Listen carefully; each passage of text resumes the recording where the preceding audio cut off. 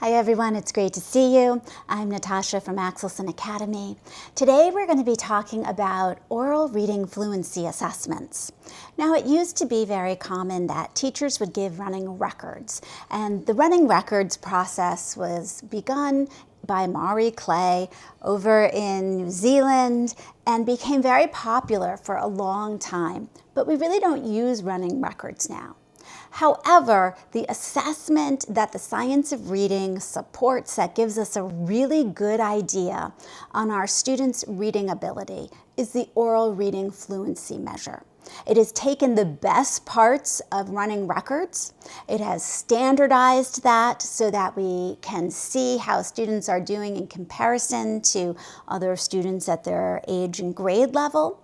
And it gives us a lot of insight to the students' abilities both to decode words accuracy-wise and for their fluency, how they can read with expression and good timing and at a rate that won't hinder their comprehension.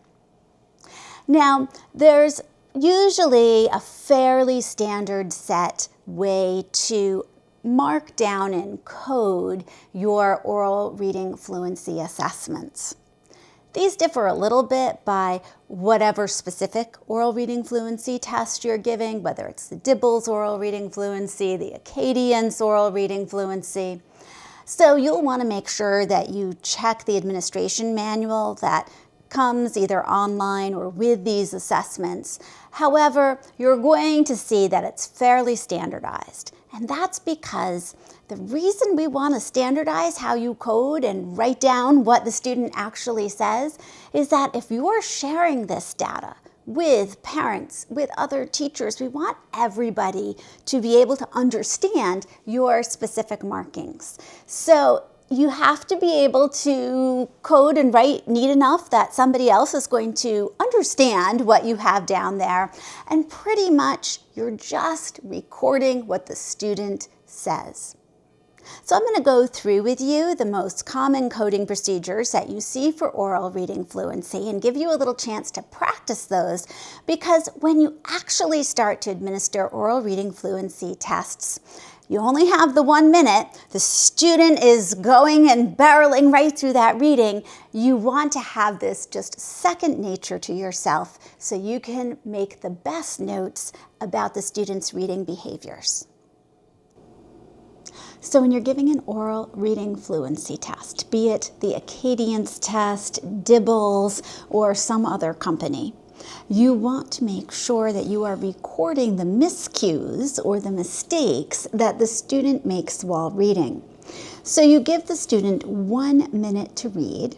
You start your timer with the student's first word, and then they begin reading their passage. As they read, you're going to mark down anything that they say that differs from the text in front of you.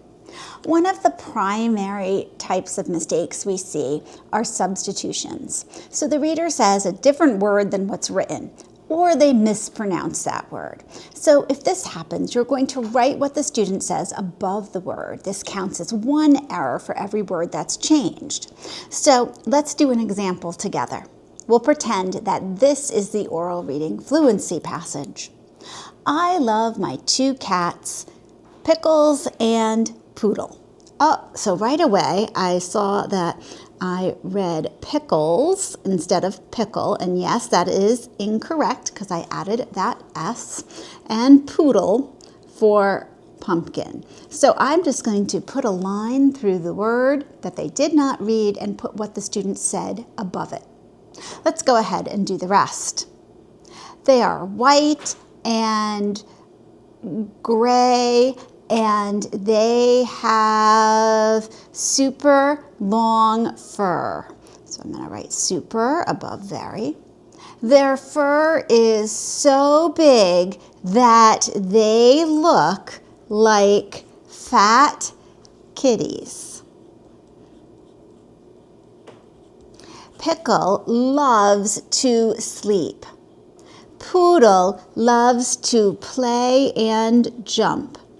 They both love to eat. So notice that I'm just crossing out the incorrect word, writing the student's response above for a substitution miscue. Another type of miscue that you are frequently going to see is that of deletion. This is when a reader leaves out a word. If the reader does this, you're going to put a line through the word that they skip, and it will count as one error for each word that's left out.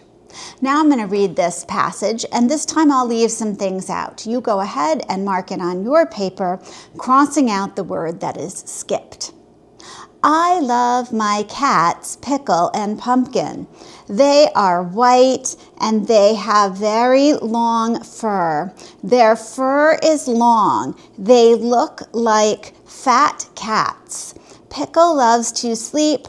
Pumpkin loves playing and jumping. So this time I left out a word and I substituted in two words for what was there. So I cross out what was left out and cross out and write above what was said for those substitutions. They both love to eat. So I have 1, 2, 3, 4 things that have been left out and a couple of changes. Another change that you are frequently going to see students make, and Pumpkin is here sniffing our paper, is an insertion. An insertion is when the reader adds a word or words. Use a caret to show what was added, but it's not counted as an error. They haven't made a mistake with the text that's in front of them. They've added something in. In this case, okay, Pumpkin, say hello to everybody. Yes, we know you're here. Okay, now move over. In this case, it does, though, count against their time. They have 1 minute. If they're adding in lots of words, they won't get to read as many words in the actual passage. So let's give this a try. I love my 2 big cats, Pickle and Pumpkin. They are white and gray, and they have very, very long fur. Their fur is so long that they look like very fat cats. Pickle loves to sleep. Pumpkin loves to play and jump. They both love to eat. So I have 3 carets here. Those are not mistakes, they are insertions. When you are coding an oral reading fluency test, you may have your reader have a repetition where the reader says a word or words more than once, repeating that part of the text. Use an arrow to show what was repeated. If the student repeated that part more than once, you're going to put the number of how many times it was repeated with that arrow. It's not counted as an error, but it does take time. So the students won't read as many words in that 1 minute once again. And that's okay. You do need to record this. Let's give it a try. I love my 2 cats. My 2 cats, Pickle and Pumpkin. They are white and gray. They are white and gray. And they have very long fur. Their fur is so long that they look like fat cats. Pickle loves to sleep. Pumpkin loves to play and jump. They both love to eat. So notice that in the second line, they repeated just these first 2 words. Then they went and repeated a longer section, so I had to notate that. And they repeated fur actually 3 times, so I have the number there circled. A self-correction should be recorded, but it is not counted as an error. This is something that we want students to do. Reader initially makes a mistake, says the wrong word, leaves out a word, etc., but they catch the mistake themselves and they go back and they say it correctly. You first recorded what they did wrong, Then you put an SC for self-corrected in a circle next to what they fixed. Any self-correction is not an error, but it does take time for them to do this. However, it's not counted as an error. So let's give this a try. I love my two cats, Pickle and Pumpkin. They are white and gray. They have very long fur. Their fur is so long that they look like fat cats. Pickle loves to sleep. Pumpkin loves to play and jump. They both love to eat. So notice that a couple of these are an omission or deletion that the student did, but then they went back and self-corrected that part. The final common miscue that I see is when the teacher has to provide the word for the student, and we call that when the teacher has told the word to the student. The reader pauses to try to figure a word out for more than 3 seconds. At that point, tell the student the word and write either a T for teacher or a TT for teacher told above the word to show that the teacher told the student the word. Use this notation if the student says something like, I don't know the word, what is the word? Anytime you're providing that word, you put a TT above the word so we know that you gave it. Let's try it. I love my 2 cats. I don't know that word. That's Pickle. Pickle and Pumpkin. They are white and that word is gray. Gray. And they have very long fur. Their fur is so long that they look like fat cats. What word is that again? That's Pickle.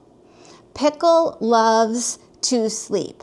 Pumpkin loves to play and jump.